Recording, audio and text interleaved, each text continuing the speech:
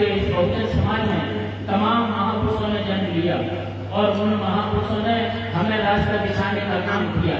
लेकिन साथियों, जब तक उनकी विचार को हम प्रचार के रूप में नहीं बदलेंगे, उनका हम प्रचार नहीं करेंगे, तो साथियों आप लोग गाँव के लोग हैं, जब आपके खेत में कोई आप पगडंडी बनाते हैं, जिस रास्ते पर आप चलते हैं खेत में घास होती है, लेकिन जब आप चलते हैं तो वो रास्ता आपको साफ नजर आता है।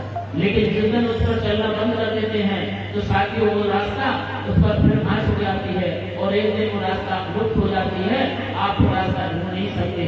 इसी तरह साथियों महापुरुषों ने विचारधारा दी है, महापुरुषों ने हमें रास्ता देने का काम किया है, तो साथियों उस रास्ते का, उस विचारधारा को अगर हमने प्रचार नहीं किया तो साथियों उस विचारधारा का कोई मतलब नहीं रह जाता है।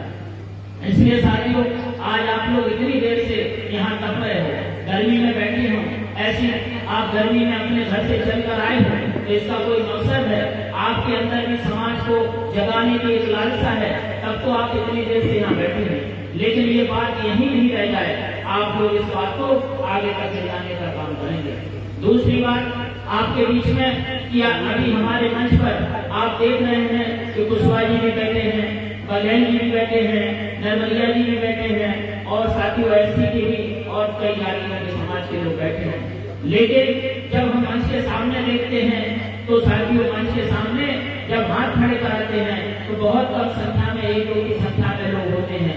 लेकिन साथियों ये आपको पता होना चाहिए कि पार्टी हमारी बहुजन समाज पार्टी है। बहुजन का मतलब होता है बहुत लोगों की पार्टी, और बहुत लोगों की पार्टी, जब पार्टी में हम लोग पदाधिकारी बनाकर ऊपर तो हम लोग बहुत लोगों को जोड़ने का काम करते हैं, लेकिन अगर आप लोगों ने अपने नीचे मोहल्ले में, गांव में, बूथों पर अगर बहुत समाज के लोगों को जोड़ने का काम नहीं किया, आप अगर बाल्मीकि समाज में नहीं गए, आप बस्तर समाज में नहीं गए, आप धोबी समाज में नहीं गए, आप कोरी समाज में नहीं गए, आप खटीक समाज में नहीं गए, तो ऐसे ही अन्य जातियों से बीच आपका भाईचारा नहीं बन पाएगा।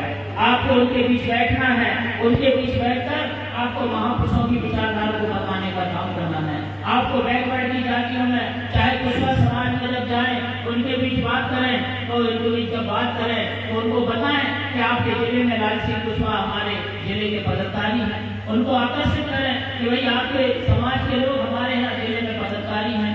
नरवलिया जी जिलाध्यक्ष हैं, इसी तरह कुशवाहा जी भी हैं, इसी तरह बघेल जी प्रदेश अध्यक्ष हैं। तो जिस दिन बहुजन समाज के लोग जिस तरह ऊपर बैठे हैं, उसी दिन जिस दिन इधर बैठेंगे तो साथियों उस मध्य प्रदेश के अंदर आपकी सरकार बनने से आपको कोई रोक नहीं सकता। इसलिए साथियों ये मीटिंग का मकसद क्या है, ये रथ यात्रा का मकसद क्या है कि यह रथ यात्रा प्रदेश अध्यक्ष जी के नेतृत्व में, आदरणीय बहन जी के निर्देश अनुसार, राम जी गौतम जी के निर्देशन में ये पूरे प्रदेश के अंदर यात्रा चल रही है। तो आप लोगों से भी आह्वान है कि आप इस विचारधारा को लेकर, जिस तरह से हमारे जिले के पदाधिकारी, विधानसभा पदाधिकारियों को भी निर्देश है कि आप गांव-गांव जाने का काम करें और गांव-गांव जाकर बूथों पर 10-10, 20-20 नौजवानों को और अपर कास्ट के भी और सर्व समाज के लोगों को, तमाम जाति के लोगों को आप निश्चित करने का काम करें, उनकी सूची बनाने का काम करें और साथ ही उनको जोड़कर हम सेक्टर वाइज और विधानसभा वाइज उनकी मीटिंग करके इस विचारधारा को बताने का काम करेंगे।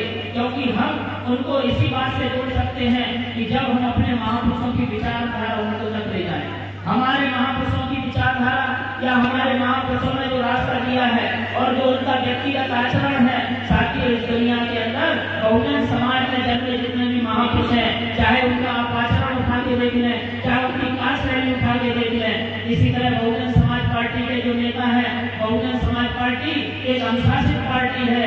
अगर जो नेता जरा भी गड़बड़ करता है वो पार्टी में नहीं रह पाता है। इसी तरह समाज को भी चाहिए कि समाज के लोग भी बहुजन समाज पार्टी की विचारधारा को समझे, महापुरुषों की विचारधारा को समझें और अपने आप को एक अनुशासित करें। हम अपने संगठन को अनुशासित करके एक संगठन को मजबूत करने का काम करेंगे, क्योंकि संगठन होगा तो शक्ति होगी। इसलिए इस संगठन के माध्यम से, इस शक्ति के माध्यम से हम अपने महापुरुषों की विचारधारा को नीचे तक ले जाएं। हमारे महापुरुषों की विचारधारा है क्या? हमारे महापुरुषों की सीधी सीधी विचारधारा है। अगर तथागत बुद्धि की बात करें तो तथागत बुद्ध ने कहा कि अत्यधिक भव, उन्होंने ये नहीं कहा, उन्होंने क्या कहा? अत्यधिक भव। अपने पैरों पर खड़े हो जाओ। और दूसरी बात उन्होंने क्या कहा कि मैं मार्ग दाता हूँ, मैं मुक्ति दाता नहीं। तो साथियों, उनकी बात को खत्म करने के लिए उनसे आप उल्हाय हो जाए, उन महापुरुषों के रास्ते से आप भटक जाएं, तो लोगों ने आप लोगों से कह दिया कि आप हमारी शरण में आओ, हम आपको मुक्त कर देंगे। मुक्ति का रास्ता तथागत बुद्ध ने बताया कि आपको इसमें चलना पड़ेगा तो आप मुक्त हो जाएंगे। तो दूसरे लोगों ने बताया कि भाई आप हमारी शरण में आ जाओ, तो अब तब आप मुक्त होगे। तो हमारे लोग इस तरह का काम करने लगे। जब आप दूसरे की शरण में जाओगे, दूसरे पर निर्भर होगे, तो जब निर्भर होगे तो निर्भर हो जाओगे, निर्भर हो जाओगे तो पिछड़क हो जाओगे, पिछड़क हो जाओगे तो गुलाम हो जाओगे। उन्होंने आपको गुलामी का रास्ता दिया और हमारे महापुरुषों ने आपको मालिक बनने का रास्ता दिया। साथियों, जब हमारे लोग भटके गुलामी के रास्ते पर आ गए तो सब हमारे बीच में फिर दूसरे महापुरुष, क्योंकि तथागत बुद्ध 2500 वर्ष पहले ये बात बताई थी, फिर हमारे बीच में संत रविदास जी आए। संत रविदास जी ने भी हमारे बीच में हमको बात बताई। उन्होंने भी आपको मालिक बनाने की रास्ता बताया, लेकिन हम उसके रास्ते से भटके। वो मालिक बनने का क्या रास्ता था? उन्होंने कहा कि पराधीन का पाप है, जान लेनी, और पराधीन रहना से कौन करेगा प्रीत। इस तरह साथी उन्होंने हमें पराधीन रहने से हमें असावधान करने का काम किया। इसी तरह साथियों, फिर कबीर साहब आए। कबीर साहब ने कहा कर भैया वाला अपनी छाड़ बनानी आस। तो हमारे महापुरुषों ने हमें अपने पैरों पर खड़ा करने की बात की, मालिक बनने की बात की।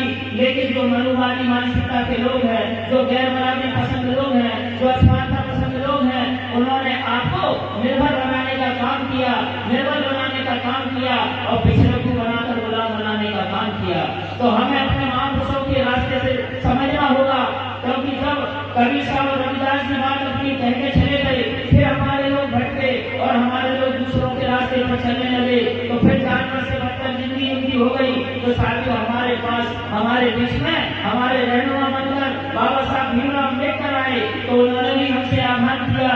उन्होंने सन 1927 में इस देश के अंदर हमारे दलित शोषित समाज के लोगों से कहा कि अगर आप मान सम्मान इज्जत की जिंदगी जीना चाहते हो तो अपने पैरों के ऊपर खड़े हो जाओ। वही बात तो की जो तथागत बुद्ध ने की, लेकिन हमारे बीच में इतने महापुरुष जन्म ले रहे हैं, लेकिन हम अपने महापुरुषों की बात को नहीं मान रहे हैं। अभी कितने ऐसे घर होंगे कि साथियों, जब उनके घर में आप जाओगे तो उनके महापुरुष नहीं बने मिलेंगे। वो किनके महापुरुष बनेंगे? जिन्होंने आपको निर्भर बनाया, जिन्होंने आपको निर्भर बनाया, जिन्होंने आपको पिछड़े को गुलाम बनाया। उनके महापुरुष उनके बेडरूम में, उनके महापुरुष उनके साथियों बैठक में छपे होंगे। तो साथियों, आपको अपनी समीक्षा करना है कि हमारी जो दुर्दशा का कारण क्या है, हमारी जो हालात आज ऐसी है उसका कारण क्या है। अगर उसका कोई कारण है तो सीधा सीधा यही है कि हम अपने महापुरुषों के पीछे खड़े नजर नहीं आए, हम अपने नेताओं के पीछे खड़े नजर नहीं आए, जिन्होंने हमें लोभ दिया, जिन्होंने हमें प्रलोभन दिया, जिन्होंने हमें डराया, जिन्होंने हमें धमकाया, जिन्होंने हमें लालच दी। साथियों, हम उनके पीछे खड़े नजर आते हैं। जब हम उनके पीछे खड़े नजर आते हैं तो साथियों वो ताकतवर बन जाते हैं और आप कमजोर बन जाते हैं। क्योंकि सीधी सीधी बात है कि जिसको अधिकार प्राप्त होता है, जिसके पास ताकत होती वो ताकतवर होता है, और जिसके पास कोई अधिकार नहीं होता वो साथियों ताकतवर नहीं होता है। तो ताकत बनने की मशीन बाबा साहब भीमराव अम्बेडकर ने आपको दी है कि आपको शिक्षा का अधिकार दिया, आपको वोट का अधिकार दिया कि शिक्षा आप अपने बच्चों को देंगे तो वो क्लर्क बनेगा, लेखपाल बनेगा, तहसीलदार बनेगा, डीएम बनेगा, एसपी बनेगा और साथियों पटवारी बनेगा। तो ये सारे रास्ते बगैर शिक्षा के नहीं खुलते हैं। अगर आपने अपने बच्चों को शिक्षित करने का काम किया, चाहे साथियों वो गरीब हो, चाहे बेरोजगार हो, चाहे मजदूर हो, चाहे कारीगर हो, लेकिन अगर साथियों वो ये काम करता है, अगर वो कारीगरी करके अपने बच्चों को पढ़ाता है, अगर वो कारीगरी करके 400 रुपए लाता है और 300 रुपए की दारू पी के आता है, फिर 100 रुपए घर में देता है, तो साथियों जब वो दारू पी लेगा तो वो तो बेहोश होगा, उसको पता नहीं है क्या करना है।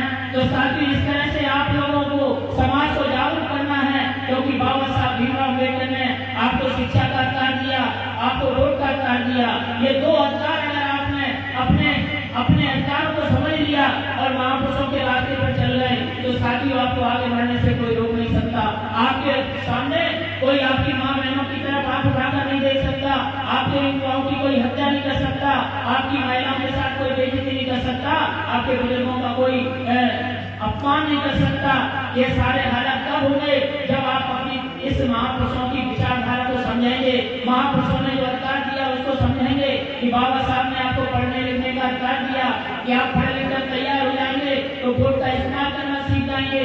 तो ये तो बात बाबा साहब ने सोची थी, लेकिन हम बाबा साहब की बात को नहीं मान रहे। आज हम पढ़ लिख कर तिलक बाबू बन रहे हैं, लेकिन हम अपने अधिकार को नहीं समझ रहे हैं।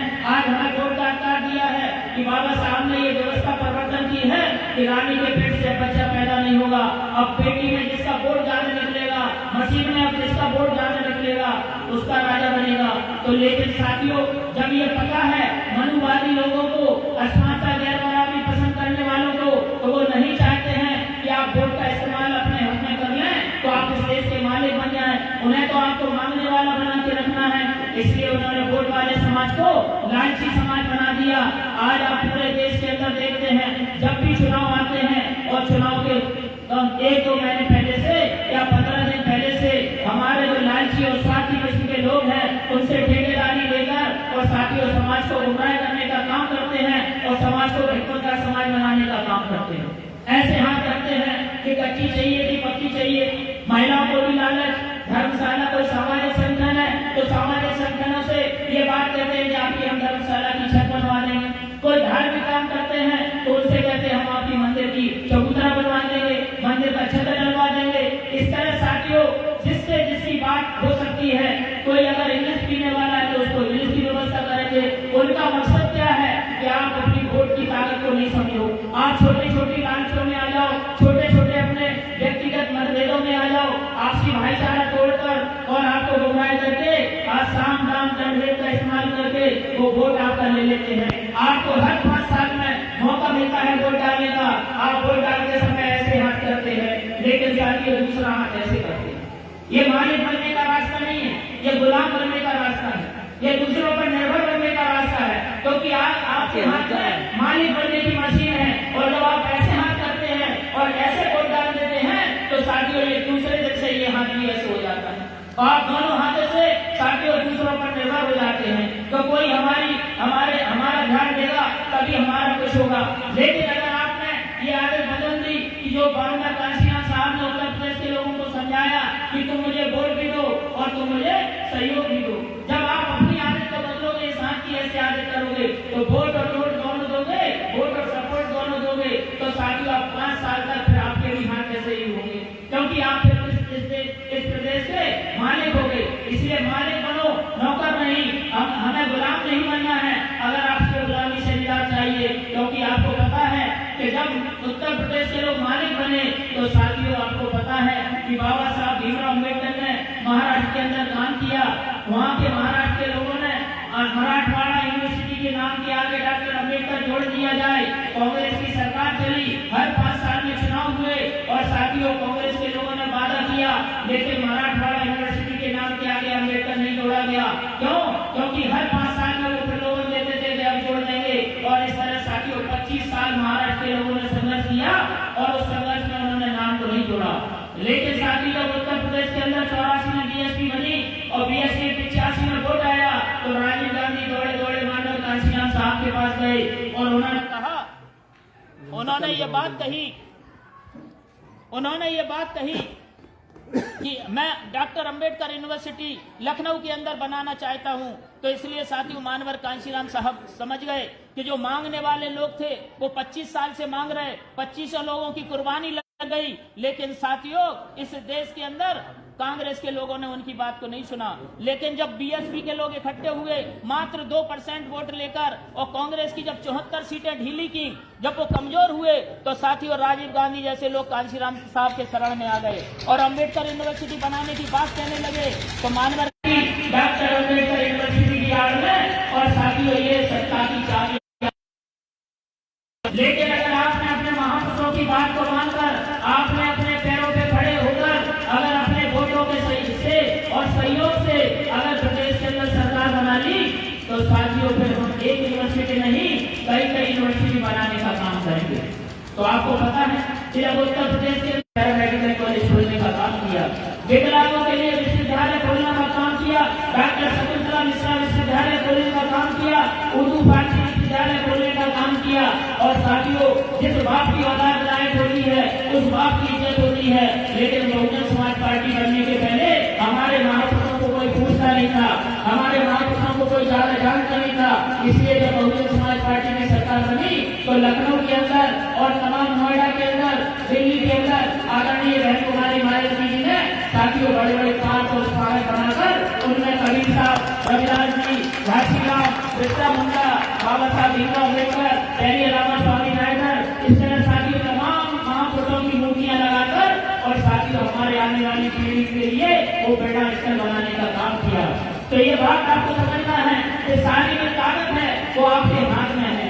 अब ये ताकत को आपको अपने हित में इस्तेमाल करना है कि दूसरे के हित में इस्तेमाल करना है। जिस तरह उत्तर प्रदेश के अंदर आप देखते हैं कि आज बीजेपी की सरकार है, कांग्रेस की सरकार है, जहाँ भी प्रदेशों में है और वो हमारे अनुसूचित जाति जनजाति के लोगों की बात करते हैं, लेकिन साथियों वो उनके सरकारों में एससी के साथ भी अत्याचार होता है, एसटी के साथ भी अत्याचार होता है और पिछड़े वर्गों का उनके अधिकार आज तक नहीं मिले और उनके साथ तो सबसे ज्यादा शोषण हो रहा है, पिछड़े वर्गों के साथ तो सबसे ज्यादा शोषण हो रहा है।